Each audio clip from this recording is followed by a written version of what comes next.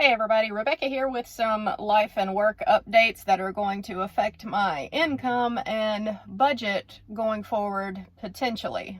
I'm not even sure if I'm going to put this video out there, to be honest, and sorry for the look. Tonight is like my 7th or 8th night in a row of 12-hour shifts, and I'm tired. But I'm making some good overtime right now, so that's great, right? Anyhow, things have developed in an interesting way since the last time I did kind of a work-life update with you guys. And basically, I have applied for a second job. I'm not 100% sure, one, if they're even going to make an offer for me, or two, if I'll take it, or three, if this place that also has a third shift full-time position available, if I might be offered that position as well, what am I gonna do? So things may be changing for me here in the next few months. My current job, I've been here 6 years, over 6 years now. I like the place, obviously, but if you've been following me on the channel for a while, then you know that we have had a whole lot of turnover here in the recent couple of months. More turnover than I have ever seen at any other ultrasound job I have ever had. And that's kind of how it is right now in healthcare in general. There are just open positions everywhere, travelers everywhere. We have, I believe, 6 travelers at the main hospital for the system that I work for. I work at one of their satellite facilities, so I don't go down to the main hospital, but just the amount of turnover that we've had and really not much communication from management about what the long-term plan is. It makes me nervous, and I've been nervous for a little while whenever I get the news that another one is leaving, another person quit, another one's gonna go travel.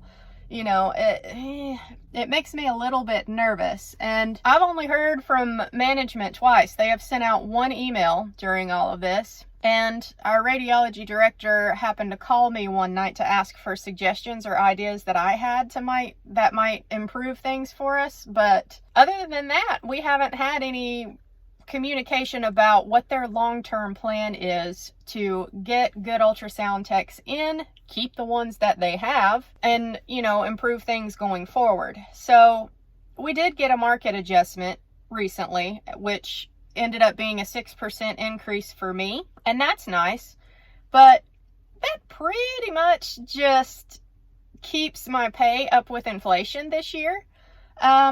Maybe a little bit extra over that. We got a 3% raise in September, 6% raise in October, or at least mine was 6%. I don't know if that was department-wide or not, but yeah, so that's 9%, which is great, but inflation's pretty darn high this year, so you know, that helps keep up with the inflation. But yeah, so with everything that's going on, my thought process was it would be a good idea if I got my foot in the door in another hospital system. So I had to let the very loud car beside me leave. Anyhow, so I applied for a second job at a different hospital system that is a part-time position, third shift on the weekends. So my plan is, if I accept that job, that I will keep the job I have here and also work that job. And that way, if anything changes for the worse here at this job, I would have another job, another income somewhere. But that also means that if I keep this job and take on the second job, that I would be working 5 nights a week, all 12-hour shifts, and that's 60-hour work weeks. The position that I applied for, it also has a sign-on bonus. I haven't actually interviewed for the position yet, so I'm not sure what the rules are about the sign-on bonus, but I think that you have to, you know, work there 2 years to get the full sign-on bonus amount. Anyhow, like I say, I haven't interviewed for it. Nothing may change for me. It just depends what they say and whether or not they make me an offer, and whether or not they offer me the full-time position they have or the part-time position they have. I know that they have an applicant for their full-time position, so I think depending whether or not she takes that spot, you know, they may offer that spot to me, and we'll just see. So that's my thought. I mean, I've been here 6 years. I'm comfortable here. I very much know the routine and know how to do my job well here, but I'm not opposed to just changing positions altogether if the money was right and my schedule was better. Y'all know that usually when I'm doing my normal work schedule, my 3 nights that I have here are broken up. They aren't all together. And honestly, that's pretty taxing on me physically. That day that I have off in between my nights of work, it's just a wasted day. I end up sleeping all day. When I get up, it's getting dark or already dark in the wintertime. So it's not like I can really go and do anything. So it ends up just being like a useless, wasted day. And I stay on my 3rd shift schedule anyway, just so, you know, I can go back to work for the next 2 nights. Anyhow, I think on the off chance that I got offered the full-time position at the other hospital system, that I could probably have my 3 nights together, and that would be a big bonus for me. I have asked and asked and asked, especially with all the upheaval going on lately, if we could somehow get my 3 nights here together, since we're going to be having schedule changes and travelers and things coming in. But it's not happened, so I don't think it's gonna happen either, to be honest. So there's that. That would be an appeal. It's just that going to a new hospital system, it's a little bit stressful to think about, but I'm probably just blowing it up in my head. I'm sure it would be fine and I would get used to it, you know, the differences between the 2 systems. So it's just a hesitation because, like I say, I'm comfortable here. I like my position here. I know my routine, protocols, how the workflow goes here. I mean, I've been here 6 years, so I'm very comfortable with the workflow here. But changing hospital systems would be learning a whole brand new system, you know? So that's my only hesitation. But again, I mean, if the money is right, my 3 nights could be together if they offered me the full-time spot. Plus there would be a nice sign-on bonus. I think I would be silly not to take it. So that's my thoughts. I'll keep you guys updated. Like I say, I don't even know if I'm going to post this video. The position I actually applied for was not the full-time one. It's the part-time one. So, and I haven't even interviewed for it. I just applied for that spot last night. So I'm going to see what they say about the sign-on bonus for the part-time position, because it also has a sign-on bonus. And I want to know if it's the same rules that apply to the full-time position. I want to know if the benefits are full-time benefits or part-time benefits, because sometimes these weekend positions, even though they're part-time, they do get full-time benefits just to kind of help draw people in to the position. So I need to ask about that, and we'll see what they say. The real question is, how long can I continue to work 60-hour weeks if I take on this part-time position, right? If I keep my job here and work for another hospital system, how long can I keep that up? And y'all, I know it's crazy. I talk all the time about how I struggle with balance, but here's some realizations that I had with that. I'm burned out.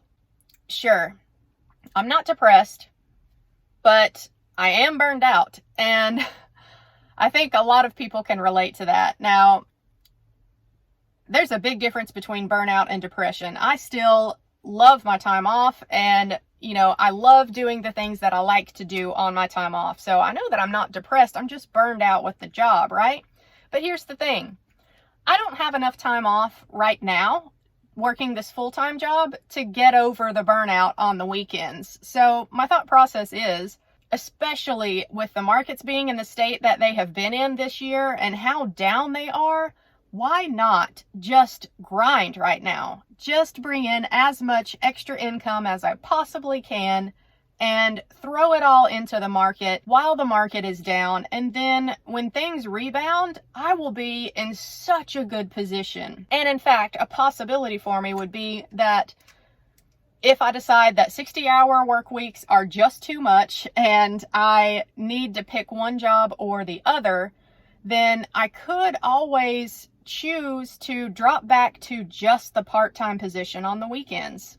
You know, if that is enough income to cover my bills every month and still let me save a little bit, you know, to work towards FIRE, that's a possibility. I, you know, could keep up working 2 jobs for a year or 2, throw some serious cash into the market, and then see where I'm at. I'm sure that overtime opportunities will continue to pop up either here or there if I were to, you know, take that position.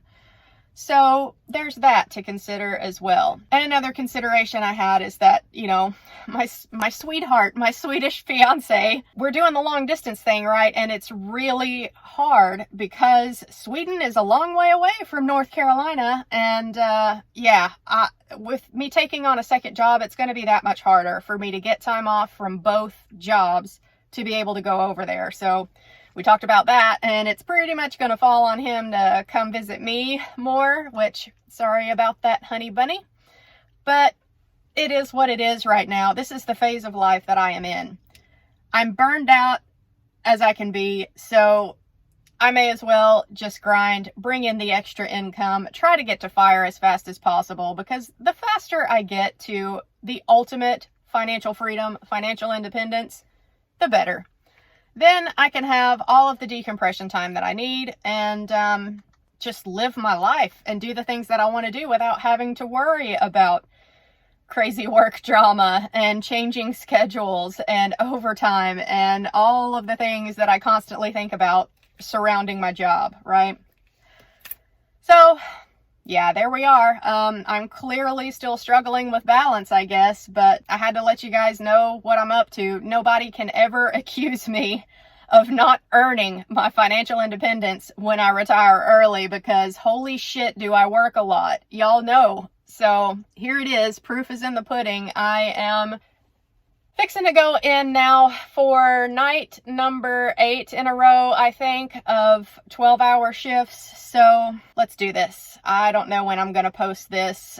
I don't know when I'm going to be able to edit it to even get it uploaded, because I'm in the middle of working my 11 12-hour shifts in a row. So yeah, I'll try and figure out how I'm going to get this uploaded. If you're a member of the channel, I do have a net worth update coming out next week, just to let you know. And I think later on this week, I will have my November budget plan going up. So yeah, I filmed that already and had it scheduled to go up, but depending on whether or not I get a job offer and start another job, I guess that's going to change my income for November.